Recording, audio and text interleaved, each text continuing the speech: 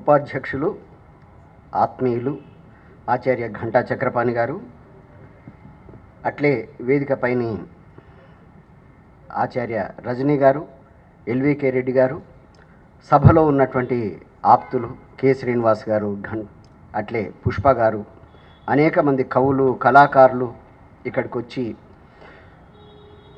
ఈ కార్యక్రమాన్ని విజయవంతం చేసినందుకు మీ కవితల్ని చదివి మనల్నందరినీ ఓ గొప్ప ఆనందానికి లోను చేసినటువంటి ఈ సందర్భంలో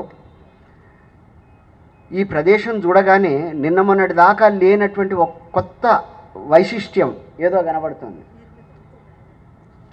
దానికి వెనుక అంబేద్కర్, పక్కనే ఓ అద్భుతమైన గుట్ట, అటువైపు చూస్తే దాదాపు 2-2.5 గంటల నుంచి చంద్రుడు ఇక్కడే ఉన్నట్లు, మన కోసమే ఎదురు చూస్తున్నట్లు, మనదే వింటున్నట్లు ఇంత గొప్ప అనుభూతిని కల్పిస్తున్న ఆచార్య ఘంటా చక్రపాణి గారికి హృదయపూర్వక అభినందనలు తెలియజేస్తూ, నాకు పేరు విశిష్ట అతిథి కానీ మీకంటే విశిష్టంగా చెప్పేది ఏమీ లేదు. ఇవాళ 1-2 అంశాలని మాత్రం మనం ప్రస్తావించాలి. బాబాసాహెబ్ అంబేద్కర్ కవిత్వానికి, బాబాసాహెబ్ అంబేద్కర్ గారికి అట్లే ఈ కవిత్వానికి ఉన్న సంబంధం ఏంటి అని ఒకసారి పరీక్షించుకుంటే, ఆయన చాలా సందర్భాల్లో మొత్తం ఆయన జీవితంలో అతి ప్రధానంగా రాసింది ఇంగ్లీష్లోనే. ఎక్కడో మరాఠీలో కొంత రాసిండేమో కానీ అతి ప్రధానంగా రాసింది ఇంగ్లీష్ లిటరేచర్ను గూర్చి చదివే వాళ్ళు ఏమని అనుకుంటారంటే, సుప్రసిద్ధమైన గొప్ప రచయితల్లో భారతదేశంలో జవహర్లాల్ నెహ్రూ ఒకరు, అట్లే గాంధీ కూడా మరొకరు.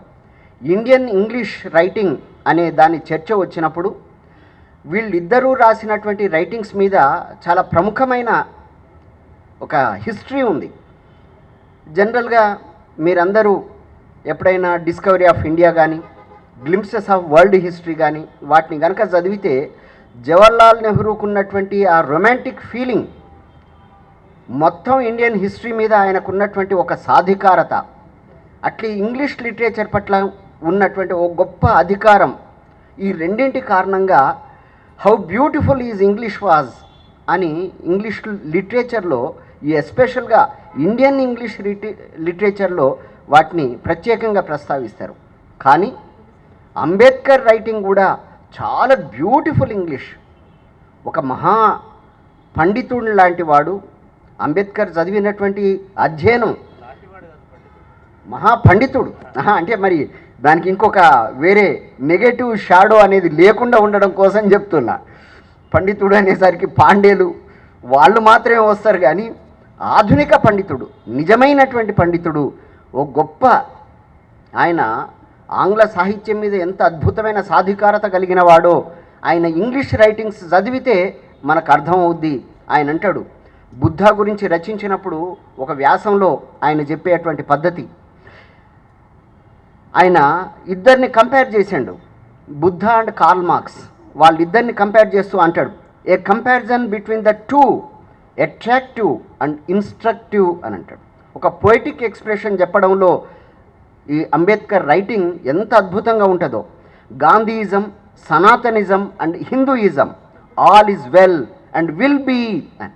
ఇమ్మీడియట్గా వెల్ అనగానే ఇమ్మీడియట్గా విల్ అనే ఒక ఫిగరేటివ్ స్పీచ్ ఉపయోగించడం అనేది అంబేద్కర్ రైటింగ్లో ఉన్నటువంటి ఒక గొప్ప బ్యూటీ.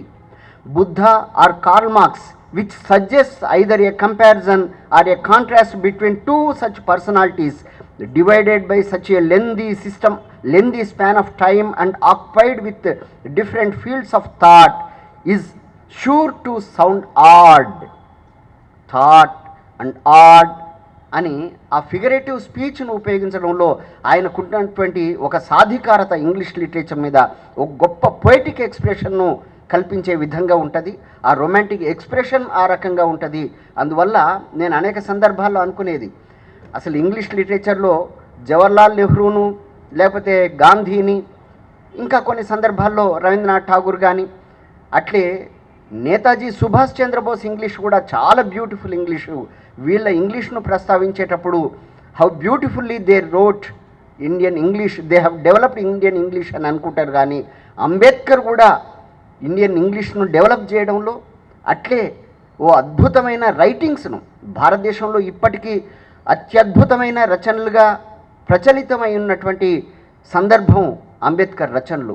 అటువంటి రచనలు చేసినటువంటి అంబేద్కర్, పొయిటిక్ సెన్సిబిలిటీ ఉన్నటువంటి ఆ అంబేద్కర్ గూర్చి ఇవాళ కవులందరం ఇక్కడ ఒక అద్భుతమైన కార్యక్రమం ఏర్పాటు చేసి కవి సమ్మేళనం ఏర్పాటు చేసినందుకు ఇది ఓ అద్భుతమైన మంచి సందర్భం అని, ఇటువంటి మంచి సందర్భాన్ని ఏర్పాటు చేసిన చక్రపాణి గారికి అభినందనలు చెప్తూ, అంబేద్కర్ అనగానే ఎవరికైనా కవిత్వం వస్తుంది. శ్రీశ్రీ అన్నట్లు చంద్రుణ్ణి చూస్తే అందరికీ కవిత్వం ఎట్లా వస్తుందో, అంబేద్కర్ భారతదేశాన్ని తీర్చిదిద్దడంలో భారతదేశ ప్రజానీకానికి ఇచ్చినటువంటి అద్భుతమైన ఒక శక్తిని ఒకసారి మనం భావించినప్పుడు మనలో కలిగే ఒక భావోద్వేగం ఎటువంటిదో నాకు కలిగినటువంటి ఒక భావోద్వేగాన్ని ఒక పాట ద్వారా మీకు చెప్తా.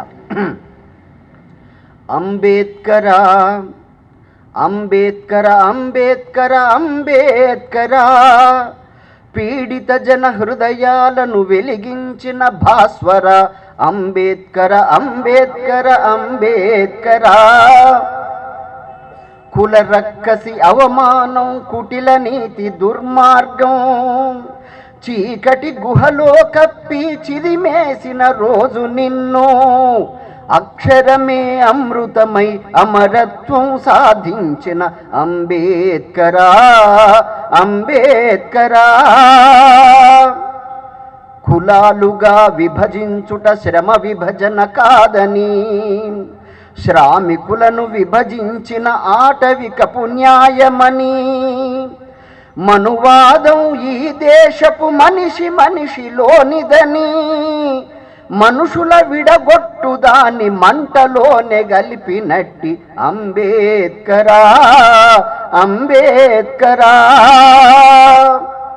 తరాలుగా అరిగినట్టి ఎముకల్లో ధాతువై, వంచిన శిరస్సులను శిఖరాలుగా నిలిపినట్టి, అంటరాని హింసను అంతరింపజేయుటకై ఆయుధమై నిలిచినట్టి అంబేద్కర ఆదిత్యుడ అంబేద్కరా అంబేద్కరా,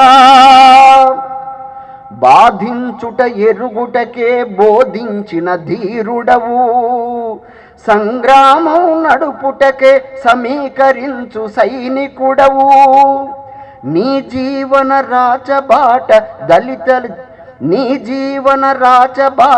దళిత జనుల పూల తోట, నీవనుసరించు అష్టాంగం తిరస్కరించు సాష్టాంగం, రాజ్యాంగం రచయించి రక్షణ కల్పించినావు, భారతదేశానికే భవితను అందించినావు అంబేద్కరా అంబేద్కరా అంబేద్కర అంబేద్కర అంబేద్కరా, పీడిత జన హృదయాలను వెలిగించిన భాస్వరా.